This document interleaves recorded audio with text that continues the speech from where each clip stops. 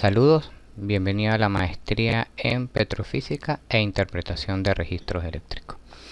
Continuamos con la semana número 4 del módulo 5 correspondiente a herramientas avanzadas, resonancia magnética nuclear y análisis especiales, donde describiremos las propiedades eléctricas de la roca. Durante esta semana hablaremos de las propiedades eléctricas de la roca, describiremos el factor de formación, el índice de resistividad y cómo surge la ley de Archie. Conoceremos cómo es el proceso para la determinación tanto del índice de resistividad como el factor de formación en el laboratorio. Haremos algunas acotaciones para tener en cuenta al momento de ir al laboratorio y seleccionar esos tapones. Hablaremos del gráfico de Piquet, o también conocido como el Piquet Plot, y de la importancia que tienen las propiedades eléctricas al momento de la estimación de reservas.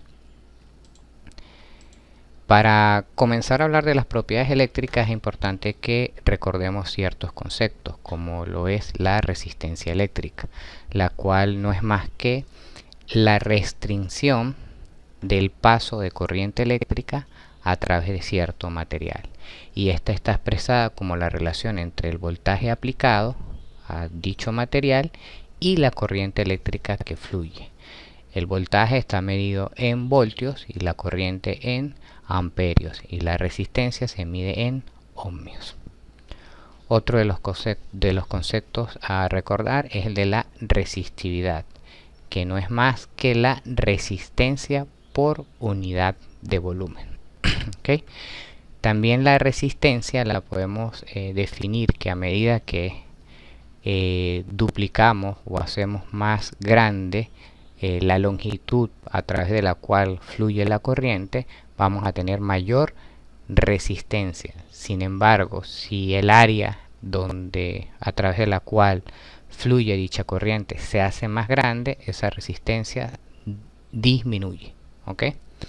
El inverso de la resistividad es la conductividad. En realidad, cuando nosotros corremos registros eléctricos de resistividad, lo que realmente medimos es conductividad. Sin embargo, debido a procesos de visualización, es mucho más fácil por las escalas o porque los valores son más grandes, visualizar resistividades que conductividades. Y esa es una de las explicaciones, el por qué nosotros medimos o vemos registros de resistividad. ¿Cómo podemos llevar esta información al yacimiento? Nuestras rocas sedimentarias son las que principalmente contienen hidrocarburos, y ellas están formadas por minerales que la mayoría de ellos no son conductores. Esto implica que el paso de corriente a través de la roca no depende en su mayoría de los minerales de los cuales ella está compuesto, a excepción de que tenga minerales metálicos o conductores de la electricidad, por ejemplo el hierro. La mayoría de las rocas sedimentarias no contienen o contienen minerales conductores de electricidad en muy poca cantidad. En tal sentido, el paso de corriente eléctrica a través de ella depende de los fluidos que están contenidos en su espacio poroso. Como sabemos, nosotros podemos encontrar dentro del espacio poroso agua, gas o hidrocarburo. El gas y el hidrocarburo no son conductores de electricidad. Por lo tanto, el paso de la corriente eléctrica va a tener el mayor peso en el agua de formación, el agua contenida en el espacio poroso. Es importante resaltar que el agua dulce de por sí no es un buen conductor de electricidad. Sin embargo, si esa agua contiene iones disueltos, o en otras palabras es salada, esto favorece la conducción de la electricidad. Y el agua que conseguimos en la formación por lo general tiene cierto grado de salinidad. ¿Ok? Entonces, una vez teniendo claro estos conceptos, podemos imaginarnos que tenemos un cubo de agua de 1 metro de longitud por 1 metro de ancho por 1 metro de alto. Y a través de ese cubo vamos a hacer fluir electricidad. Si recordamos la fórmula de resistividad, va a ser igual a la resistencia por unidad de volumen. De esta forma podemos despejar lo que es la resistencia y vemos cómo la resistividad depende de la longitud y del área. ¿Ok? Entonces, si bajo ciertas condiciones la resistividad va a ser, la resistencia va a ser igual a la resistividad que tengamos en una unidad de volumen. ¿Ok? Entonces, teniendo esto presente, vamos a acercarlos más a lo que realmente tenemos en el yacimiento.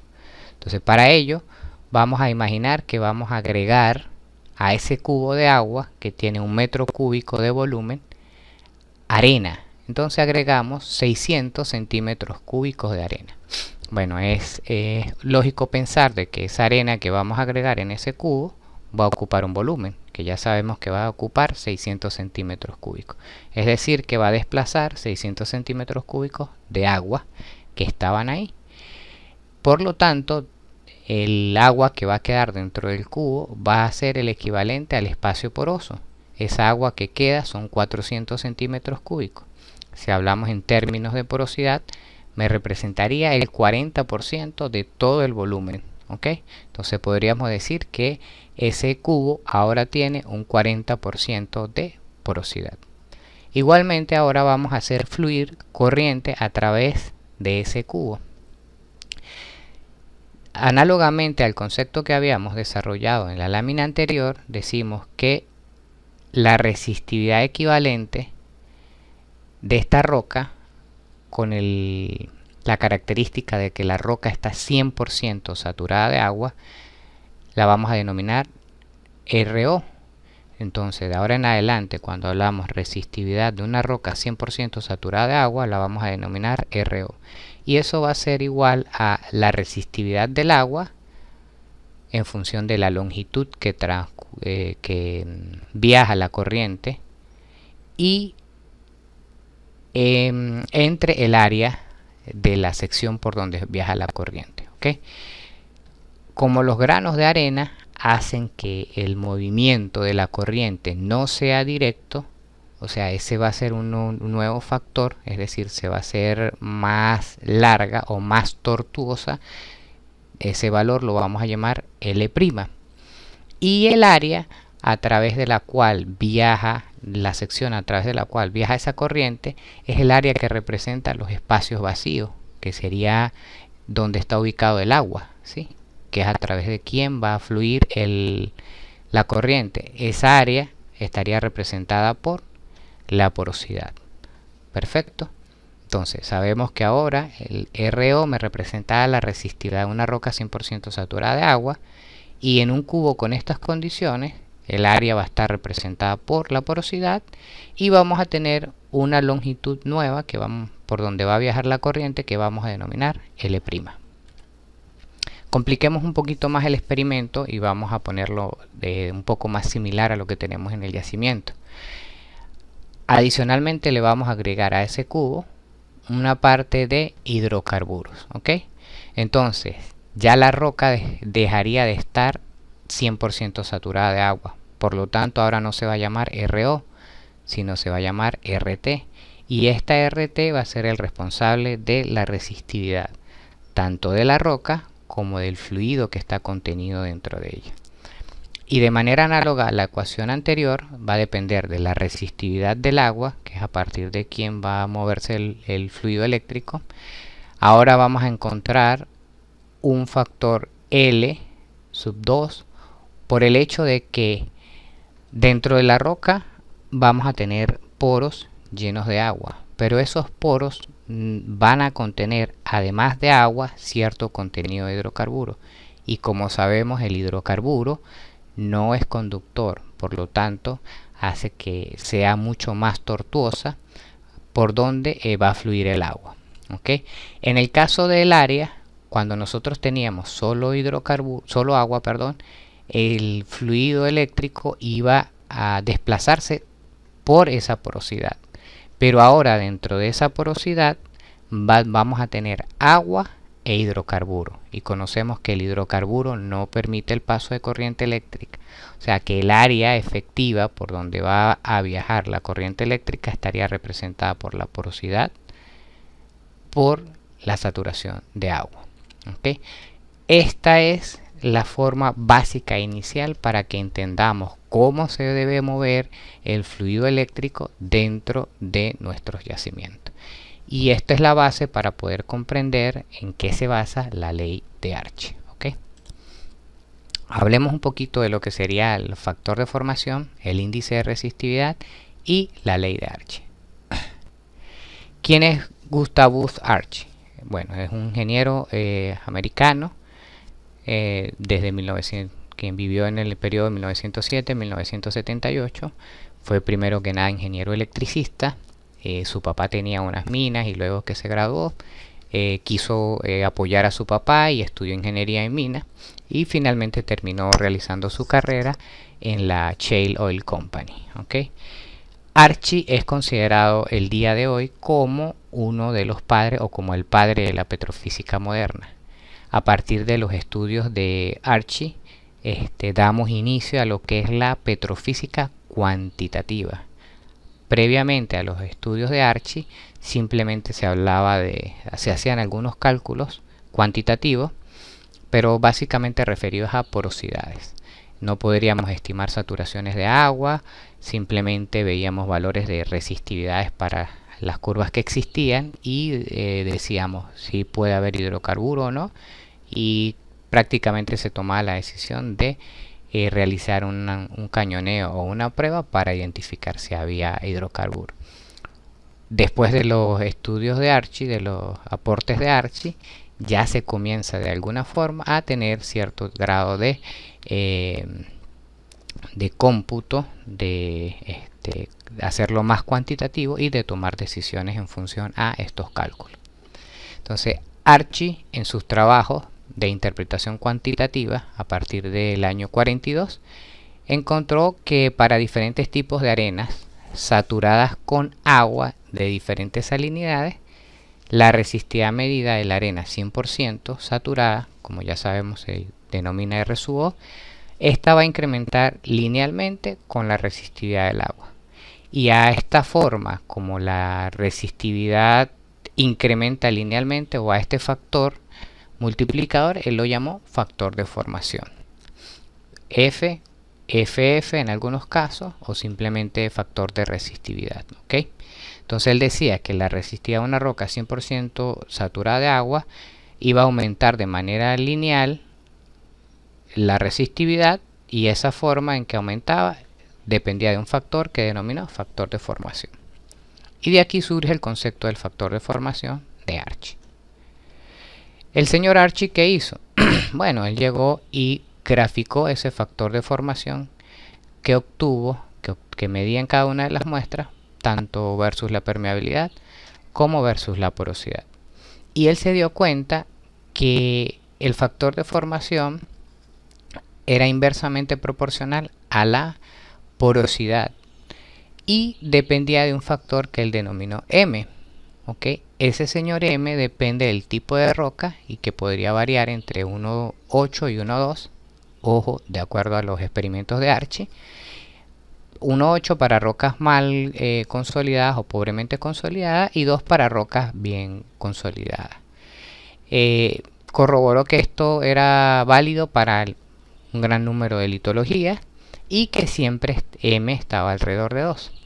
Este mismo análisis lo hizo con la permeabilidad. Sin embargo, notó muchas inconsistencias y él atribuía esas inconsistencias a la interconectividad de los poros y decía que esta interconectividad influenciaba más a la permeabilidad pero no a la resistividad. Entonces básicamente los estudios de Archie habían definido que la resistividad de la roca 100% saturada de agua aumentaba linealmente a través de este factor, la resistividad del agua, y que este factor se podía relacionar de acuerdo a esta expresión, el inverso de la porosidad elevado a la M. ¿Okay? Recientemente, bueno, hemos realizado mucho más estudios, se han identificado y conocemos que hay diferentes valores típicos de M para rocas no consolidadas. Podemos estar alrededor de 1.3, poco cementadas o poco consolidadas, 1.6, 1.7, moderadamente consolidadas, 1.8, 1.9, altamente cementadas como las areniscas, las calizas, alrededor de 2, 2.2. Cuando tenemos presencia de fracturas, valores menores a 2, pueden llegar a ser tan drásticos como 1, 1.3. Si es bastante fracturada, la presencia de bugas hace que el valor de M aumente, puede llegar a ser valores de 2.5, 3, incluso un poco mayor, y eso va a depender si esas bugas están conectadas o si esas bugas están aisladas. ¿Ok?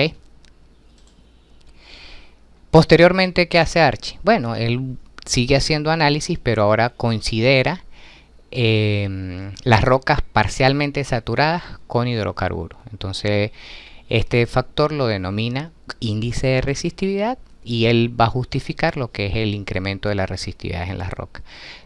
El índice de resistividad lo relaciona como la resistividad total de la roca entre la resistividad de la roca 100% saturada de agua. Igualmente él se percata que este señor es inversamente proporcional a la saturación de agua y que depende de un exponente que él denominó N. También encontró de manera similar a M, varía entre 1.9 y 2.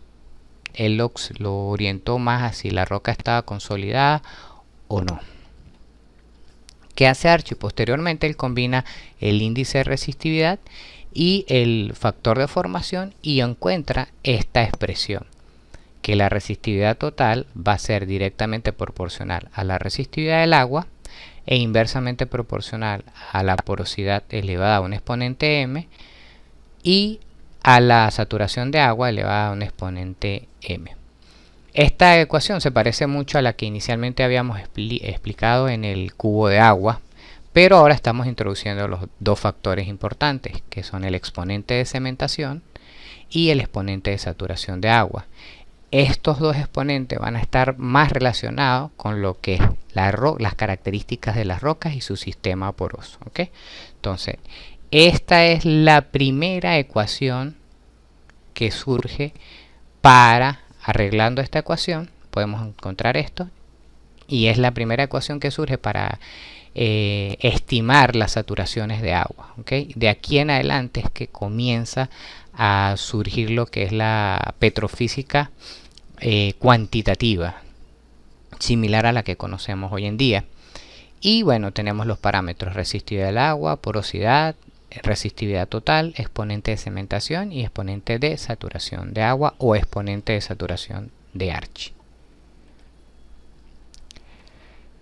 ¿Qué pasó? Bueno, posteriormente se hicieron muchas investigaciones. El señor Winsauer de la Humboldt and Refining Company, en el 52, él establece que una nueva relación del factor de formación, y esta relación daba mejores resultados que las obtenidas por Archie. Pasaba algo, que la expresión era 0,62 entre la porosidad a la 2.15. ¿Okay? Entonces la fórmula de Humboldt, a pesar de que fue muy aceptada, no era fácil manejarla, debido a que a esta fecha no teníamos calculadoras que pudiesen manejar o realizar estos cálculos de manera sencilla. De tal manera que se ubicó una expresión con un exponente más sencillo que diera resultados similares, y se encontró esta expresión 0,81 entre la porosidad A al cuadrado, que fue muy válida o ha sido muy válida para el caso de las areniscas, y para el caso de las calizas se utilizó 1 entre porosidad al cuadrado. Y estas dos expresiones eran mucho más sencillas de manejarla en comparación con la ecuación de Humboldt. De acá es que, bueno, se simplifica o se incluye la ecuación que hoy conocemos como ecuación de Archie. Entonces, quien termina de darle la forma a la ecuación de Archie es el señor Humboldt, pero se incluye el factor A, que me representa un factor de tortuosidad, M como factor de exponente de cementación de la roca y N exponente de saturación. Estudios posteriores determinaron que N es dependiente de la humectabilidad de la roca. El valor de A y M pueden ser estimados a partir de lo que conocemos como el gráfico de Pickett o el Pickett plot en escala doblemente logarítmica, o lo podemos obtener a partir de análisis de laboratorio. Y la ecuación de esta recta es lo que me va a permitir obtener el valor de M. Un poquito más adelante hablaremos de lo que es el gráfico de Pickett plot. Conociendo el valor de RW, nosotros podemos estimar el valor de A para la formación, y el valor de N generalmente se deriva de análisis de núcleo. ¿Ok? Entonces aquí vemos el inicio de donde se obtiene lo que es la ecuación de Archie que utilizamos hoy en día. ¿Cómo obtenemos estos valores de factor de formación e índice de resistividad hoy en día en el laboratorio?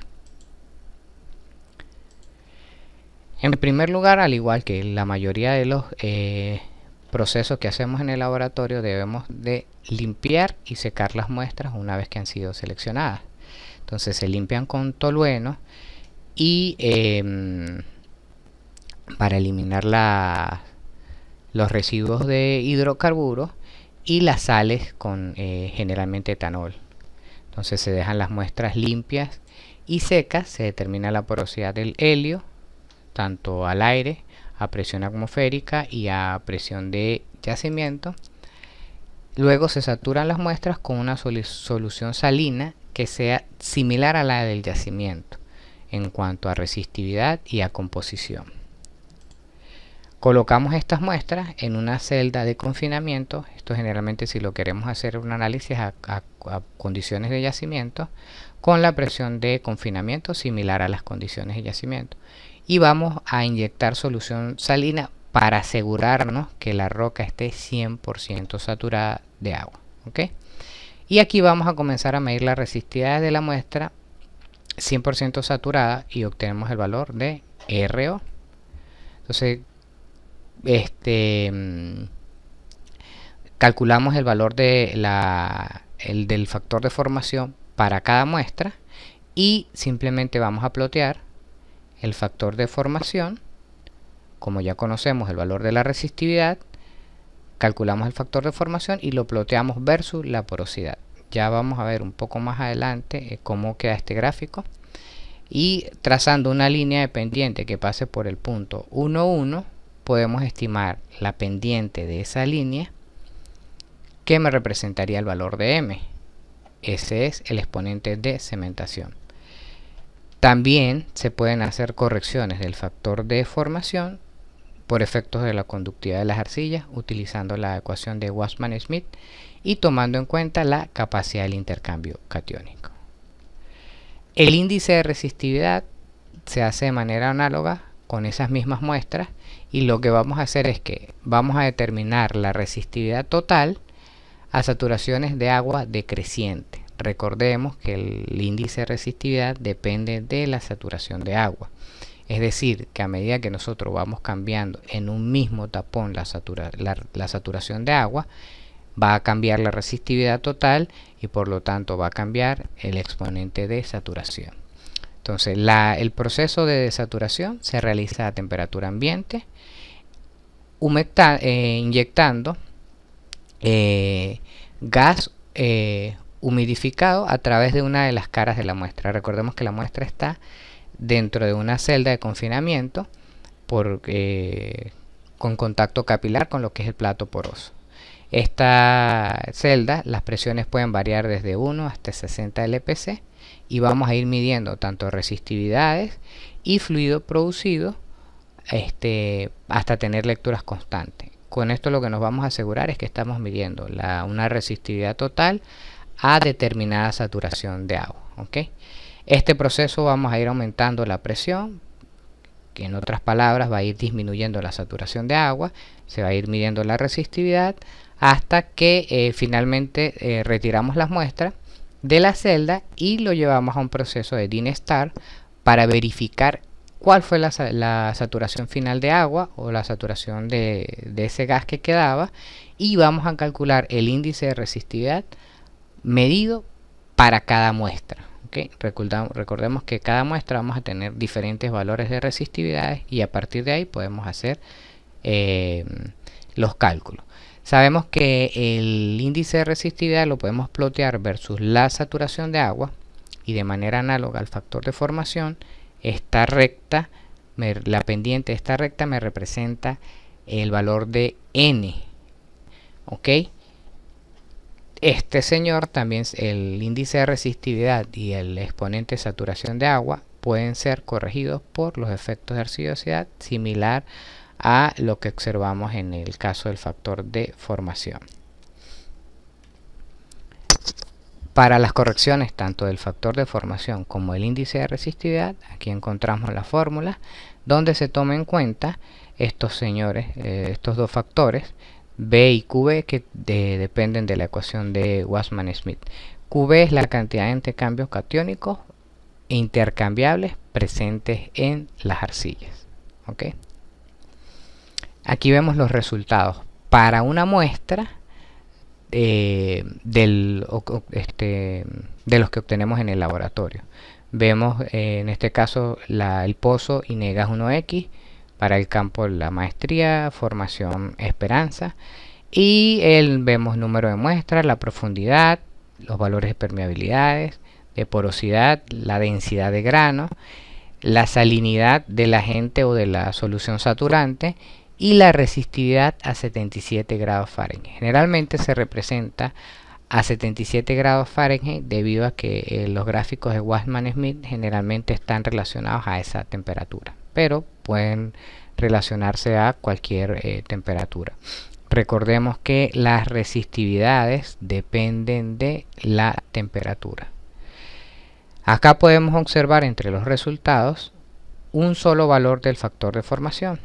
Recordemos que el factor de formación es la relación entre la roca 100% saturada de agua y la resistividad del agua. Entonces aquí vemos solamente un valor para este tapón y a través de ello tenemos el valor de M, que sería sin corregir, y el valor de M asterisco, que sería el exponente de cementación corregido por efectos de arcillosidad.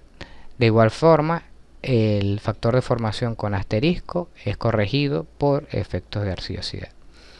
Seguidamente vemos valores de resistividades que me representan diferentes saturaciones. Estos son resultados del índice de resistividad.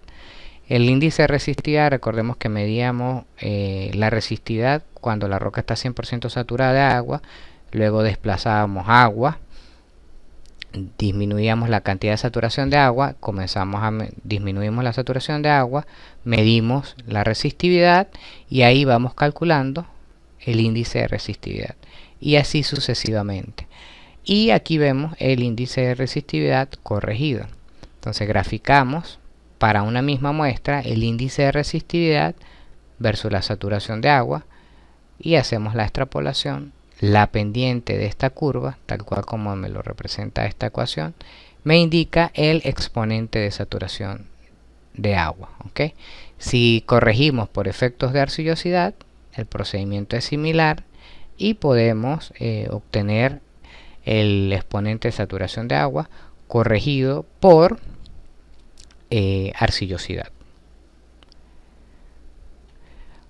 Una vez realizado para todas las muestras, representamos el exponente de cementación para todas las muestras. Generalmente se grafica para una formación y se obtiene un valor en conjunto o un valor promedio de toda la formación, de manera análoga para el exponente de saturación de agua, tanto de manera normal como corregidos por efectos de arcillosidad.